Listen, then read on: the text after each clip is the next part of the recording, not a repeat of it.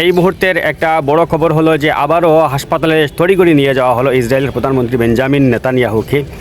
বলা হচ্ছে যে তার দাঁতের সমস্যা, কিন্তু কী ধরনের সমস্যা দাঁতের সেটা বলা হয়নি, বা তিনি হাসপাতালে থাকবেন কি না, কত সময় থাকবেন, কত সময় তার চিকিৎসা চলবে সে নিয়ে পিএমের অফিস থেকে কিছু জানানো হয়নি, কোনো বিবৃতি দেওয়া হয়নি। তবে একটা বিষয় এখানে পরিষ্কার যে সংবাদ মাধ্যম আগের থেকেই এ নিয়ে অভিযোগ উঠাচ্ছে যে বরাবরই নেতানিয়াহুর চিকিৎসা সংক্রান্ত বিভিন্ন বিষয়ে অস্বচ্ছতা প্রকাশ করেছে তার কার্যালয়।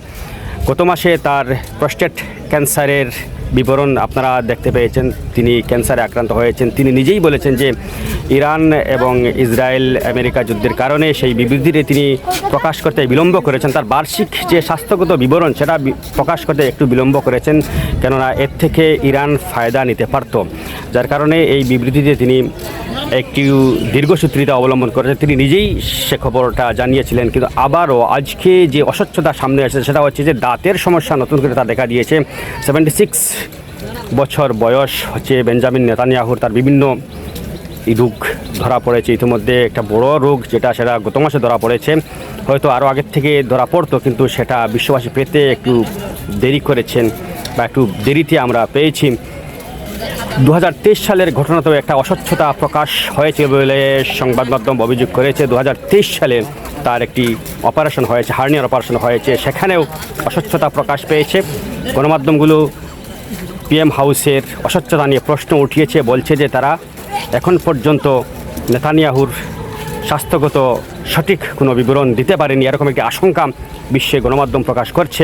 কিন্তু আজকে যে দাঁতের সমস্যা নিয়ে তিনি হাদাসা হসপিটালে ভর্তি হলেন সে নিয়েও একটা অস্বচ্ছতা রয়েছে বলে মনে করা হচ্ছে। বিশ্বের বড় বড় সংবাদ মাধ্যমগুলো, আন্তর্জাতিক স্তরের সংবাদ মাধ্যমগুলো এ ধরনের আশঙ্কা প্রকাশ করছে। আসলেই কি দাঁতের সমস্যা হলে কতটুকু সমস্যা সে নিয়েও স্পষ্ট করে কিছু বলা হয়নি, কিন্তু একাংশ মিডিয়া মনে করছে যে হয়তো বড় ধরনের কোনো সমস্যা হতে পারে 76 ইয়ার্স ওল্ড বেঞ্জামিন নেতানিয়াহুর, যেটা বরাবরই লুকিয়ে আসছে পিএম হাউস। এবার দেখা যাক কতটুকু সেটা সত্য হয় এবং দাঁতের সমস্যা হলেও কতটুকু সমস্যা তার রয়েছে সেটা কিন্তু প্রকাশ পায়। 2023 সালে বিশ্বের গণমাধ্যমগুলো অভিযোগ করেছিল, একটা প্রশ্ন উঠিয়েছিল যে বিবৃতি প্রকাশ করে তার সামান্য আংশিক স্বাস্থ্যগত কারণ দেখানো হয়েছিল, সেই কপিতে সরকারি কোনো জবরদস্ত পুক্ত কোনো এই সিল বা সিগনেচার ছিল না। এটা সাদামাটা একটা কাগজে এরকম একটি বিবৃতি দেওয়া হয়েছিল।